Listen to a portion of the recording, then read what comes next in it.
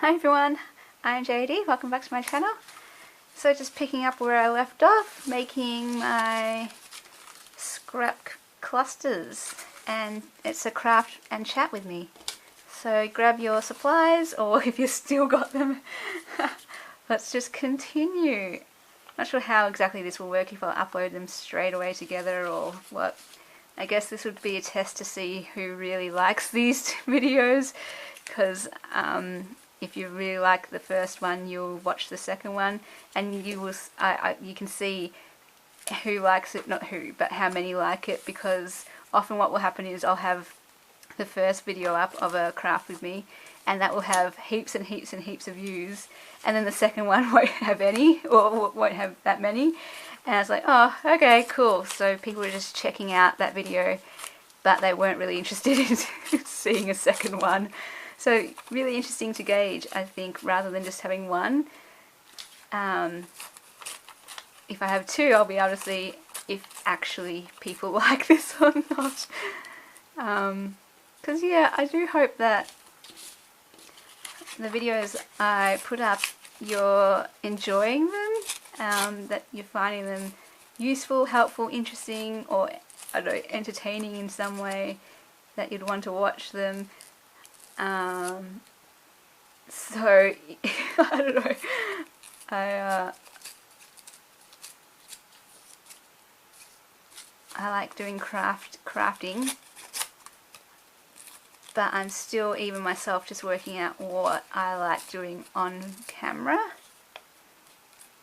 But if I do know that lots of people are liking it, then I'll make the effort to do it more, so that it's whatever, helping you in whatever way. I was telling someone that, yeah, for me, willow bound journals, if it's not bringing light and love or helping people in any way, then what's the point? I can just do it myself. I'll just won't have a YouTube and won't have an Etsy. I'll just keep doing my own creating, because I'll always do my own creating anyway. But if I'm going to have a business, Willow Bound Journals, if I'm going to have a YouTube channel, then I want to make sure that it is offering something useful and helpful.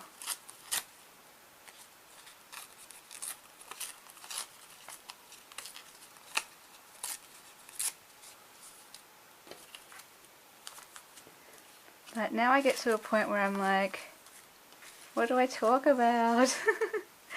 I just admire so much people like Gail and others who they just talk normally, and it feels like you're right there with them, just listening to them as they craft away. But I don't know what to talk about. Maybe it's because I don't really know, I don't have someone to talk to specifically. Like, give me a topic and I'll talk forever about it. But I don't do small talk, so I'm not really going to be one to talk about what I did today, unless it had some sort of significance for me. I don't know, I'd rather talk about deep stuff, like things that have changed my life. And maybe I'll just do that. How about we try that? Since that's me, right? Actually, this is bringing back all this stuff to me now, like how Tony always says, just do you. Alright, well, if I do me, I talk about deeper stuff and things that I'm passionate about, so things that have changed my life. Let's go with that. Movies and books and songs are things that really speak to me. Wow. And I think maybe it's because it's about storytelling. They're forms of storytelling, and I absolutely adore stories and think they are so powerful. They have the ability to change people's lives, and I know that firsthand. Where do I start? Alright, let's go with books, because out of anything, I love movies, I love music, but books are my real big love. So let's chat about the books that helped me through anxiety and depression, because that definitely was things that changed my life and were lifesavers. Yes, see, this is completely random what I'm talking about, but this is the kind of things that I talk about normally in real life. When I have phone conversations with people, I will tell them about the books I've read that have changed my perspective on something. Anyway, so one of the books that significantly impacted me while I was going through depression in 2015 was actually Elizabeth Gilbert's Eat, Pray, Love. Bit of a surprise, but her journey and just her writing style, I really love it. It's very relatable, very down to earth, very conversational, very honest, funny. That's my favourite style of writing, by the way.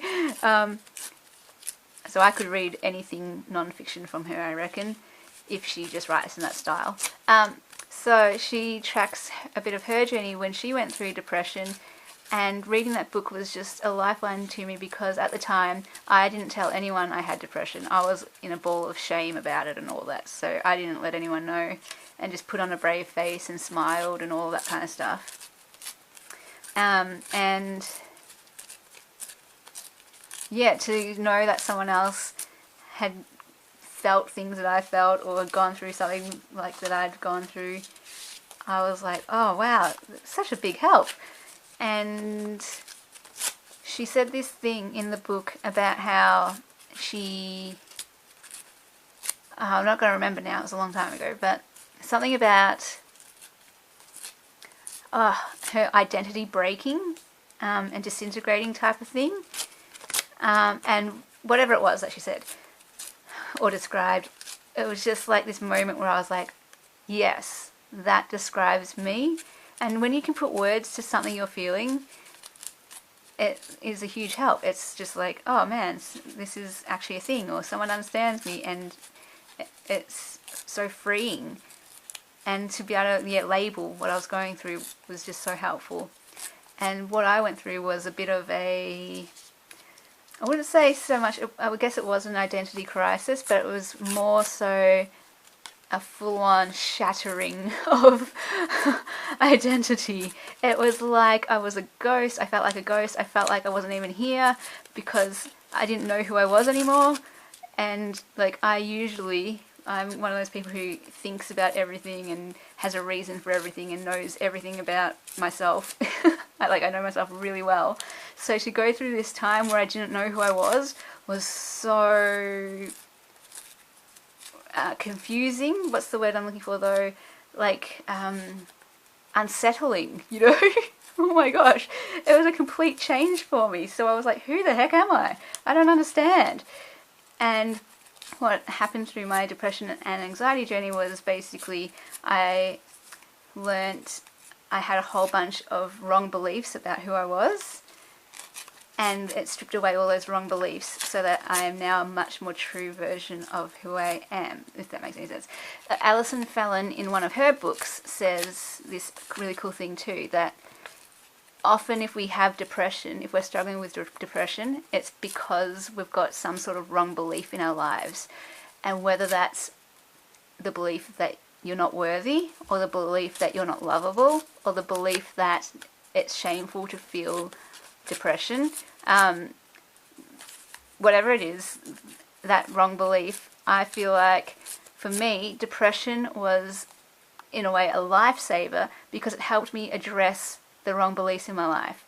So the wrong beliefs cause all these problems in your life, and it gets to a point where you just get depressed. And then in order to move past that depression and survive, you need to actually address those wrong beliefs, like acknowledge what they are, find out what they are, do that really hard work of then also turning them around. And yeah, that's not easy. It's not like a overnight thing. It has to work through a lot of pain and a lot of underlying causes and learning and everything. So for me, one of my wrong beliefs was that my worth and identity was based on my performance, pleasing people, and being perfect, having everything together. So yeah, if you try and do all those three things, you're going to destroy yourself. I know. And so depression for me was the lifeline, because it was telling me, hey, you need to stop living this way and living with these wrong beliefs, because you just drive yourself into the ground and it's not good for you. It's not healthy at all. And yeah, for most of my life though, I thought that was the right way to live, that was the best way to live, and I was a good person if I did that, if I pleased people, if I performed well, and if I was perfect. But really what I learned is that's a wrong belief. If you do that, you're not really actually being yourself at all. And I found that I was bending over backwards to try to be perfect, please people, and perform, and it got to a point where it was like I broke my back. Not literally, but metaphorically. I was bent so out of shape, and I was so warped and so twisted that when I looked in the mirror I had no idea who I was anymore. And that was a good lesson to learn, that if you live with those wrong beliefs and act out of those wrong beliefs, yeah, that it's going to destroy you in the end. So yeah. But yeah, what I found was stripping away those wrong beliefs leaves behind the truer you. And that's what I found. So I thought that journey destroyed me, that I was no longer here, that I was a ghost, that I was gone, that my whole identity was just completely shattered and broken and destroyed. But what I learned was, nope, out of that came something more beautiful, something more honest, something more true and authentic. And yeah, so that's why I'm so super thankful for that whole journey. Even though it was painful and really hard and all of that at the time, it was essential, I believe, to go through that to get to a healthy place.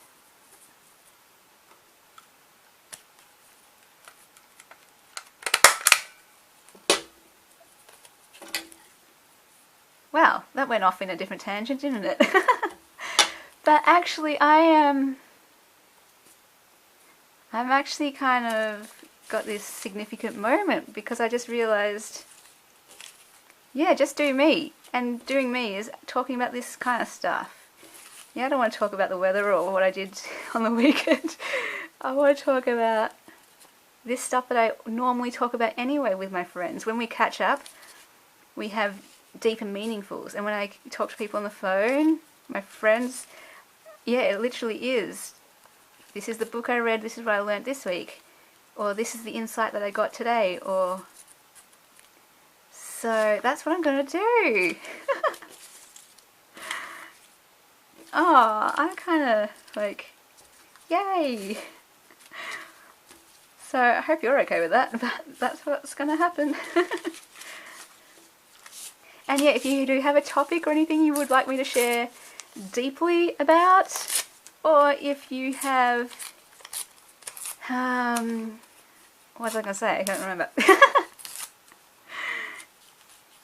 Like, feel free to interact, comment with me as I'm chatting, or at the end of the video write your thoughts and share your own stories and all that kind of good stuff.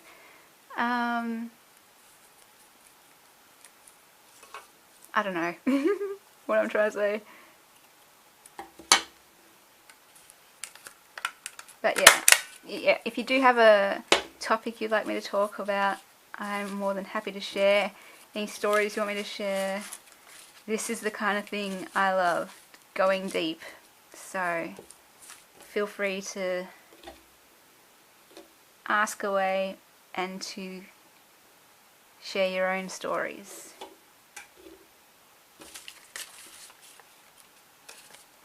So maybe I'll talk about a different book each time or something and just see where it leads, because yeah, I talked about Eat, Pray, Love and that led to something completely different, but connected.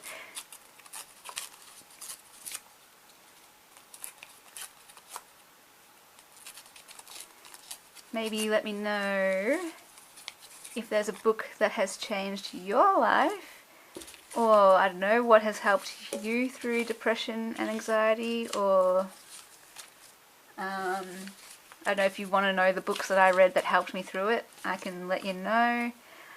Let me think right now what they are. Yeah, Eat, Pray, Love was one. Another was called... Yeah, let's just get into this. Alright, so we've got time. We've got 15 minutes. One was called... Sorry, shaking you. I'm settling into my chair. Story time. One was called... The Anxiety Book. Fun name. So in this book, it's about a lady who has anxiety, obviously, and she had it all her life, and it's basically just tracking her journey of trying every single treatment she knew and how they worked or didn't work and that kind of thing. And what I got from this book was that not every treatment will work for people.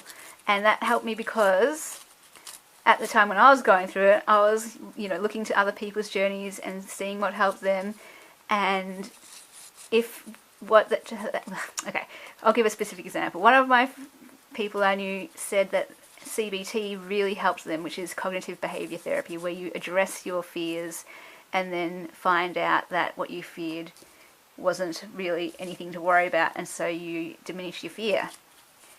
And when I tried that method, thinking, yeah, it works for her, it's going to work for me. But I tried it and it made things worse for me. It was not an approach that I liked at all. And what I thought was, there's something wrong with me, because if it worked for her, why didn't it work for me? Obviously I'm doing something wrong, it's my fault, and la la la la, and all that kind of stuff running through my head. But this book just gave me that freedom to know, not if something works for someone else, it doesn't mean it will work for you. And yeah, it's not a one size fits all. So, hang on a second, just trying to get that to kind of match up there. So yeah, that was really, really freeing. And wow, the other main helpful thing from that book was that one of the approaches that she tried was called ACT, which is acceptance commitment therapy, which basically goes, you accept reality of the situation and then you commit to living the best life you can anyway. And that approach works for me so much better. As soon as I read that description of it and everything, I was like, yeah, that I could see it resonating with me, because it worked with my value system, it worked with who I am and the way I do things. It's a very practical approach, and it asks the question, what is the most helpful thing you can do right now in any situation? It doesn't say change the situation, it just says what can you do that's helpful in this situation. And I love that. I really love that approach. And that book then led me to, well, not led me to, but kind of prepared me for this other book that my psychologist recommended to me when I was seeing a psychologist. And she recommended, what was it called? The Happiness Trap. This book was the one that I think helped the most out of anything, because it's about ACT basically. And this approach is just the one that works for me basically. And so yeah, definitely glad I found those books to be introduced to ACT.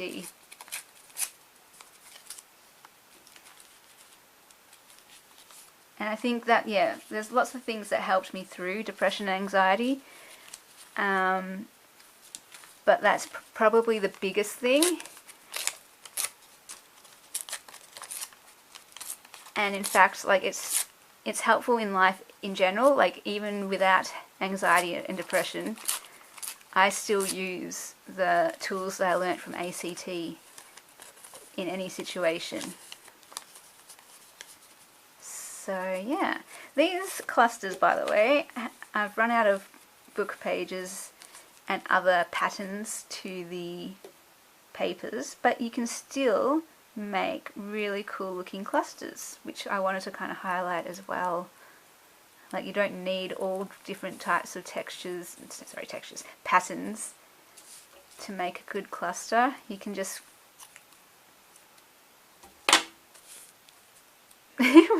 gone blank. You can just layer things up and it will still look cool.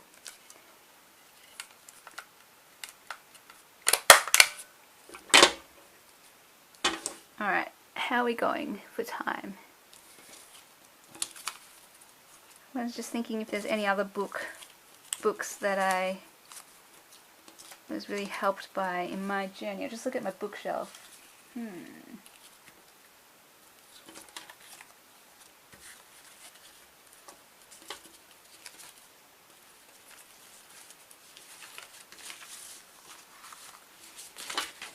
Yeah, so I think it was just those three: Eat, Pray, Love, the anxiety book, and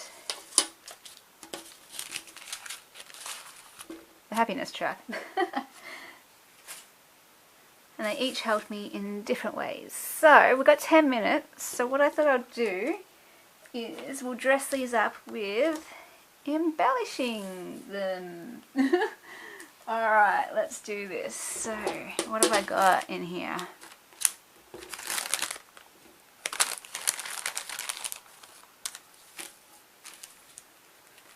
Okay, yep, we'll use you.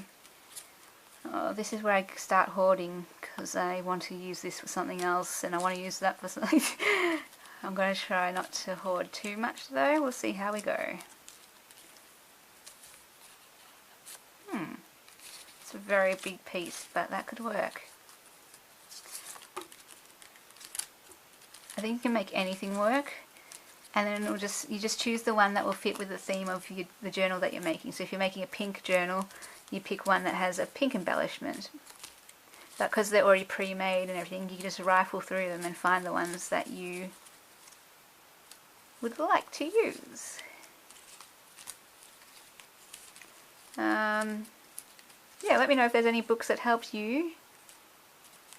There's a ton of books that have helped me, not aside from the depression anxiety journey, because that was only like a 2-year stint in my life, but all through my life books have helped me and spoken to me, and I've gotten some great insights from them and actually changed my life. So let me see what I want to do when I pulled these out.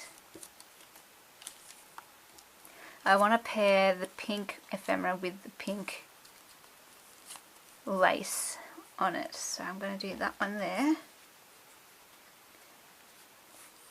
Sometimes if the page is smaller than the embellishment, I will rip the edges of it just so it can fit on the page. Some of them end up quite large.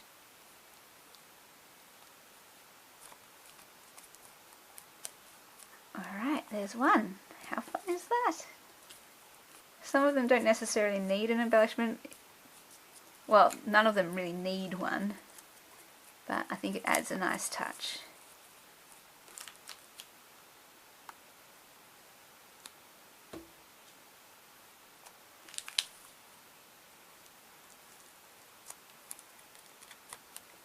So pretty.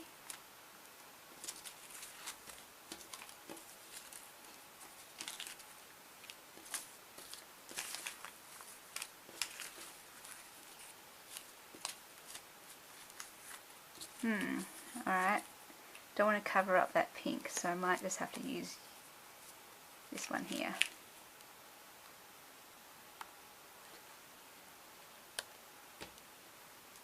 Oh, that's a question. What are you guys working on?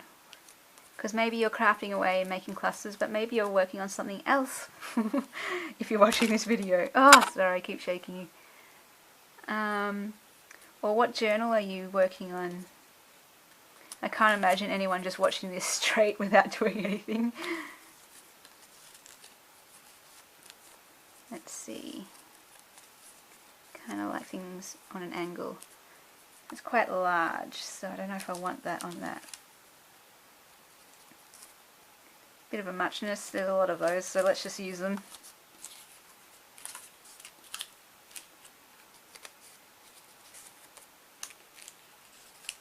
Ah, my glue's running.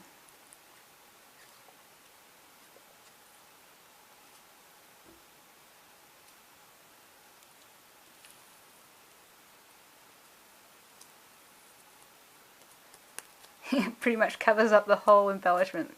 Love it.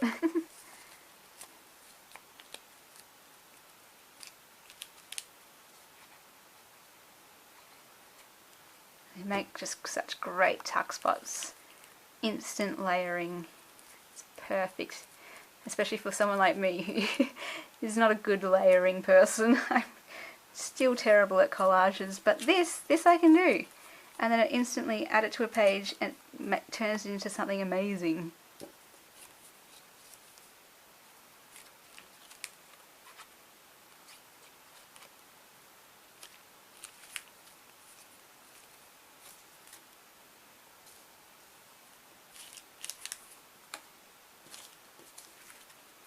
I don't want to cover up too much of that because that's so pretty. There's not really any others that I can use. Ah, my glue's running.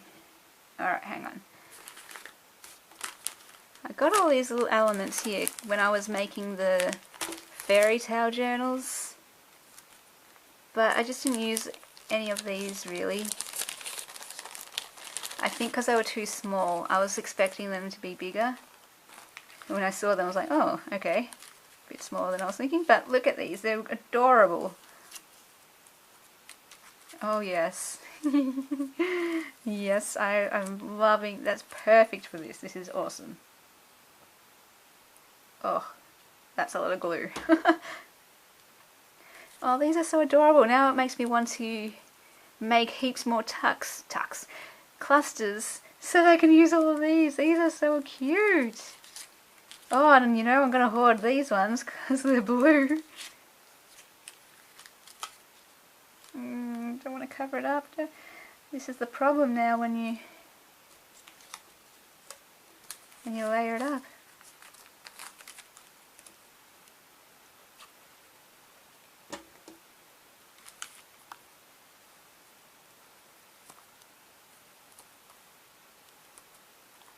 Yeah, I'm loving this.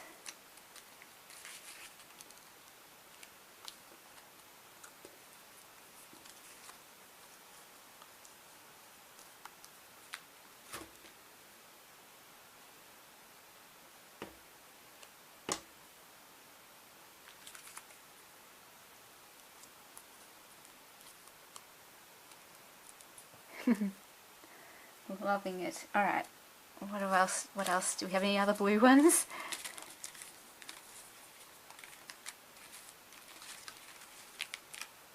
Oh yes, yes we do. Okay, yes.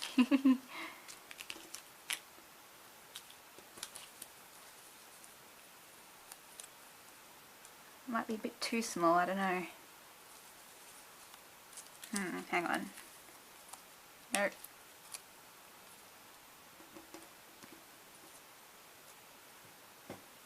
Alright, the camera will just cut out when it does, so I'll say bye now. And I'll see you in the next video. Let me know if you like these craft and chat with me videos.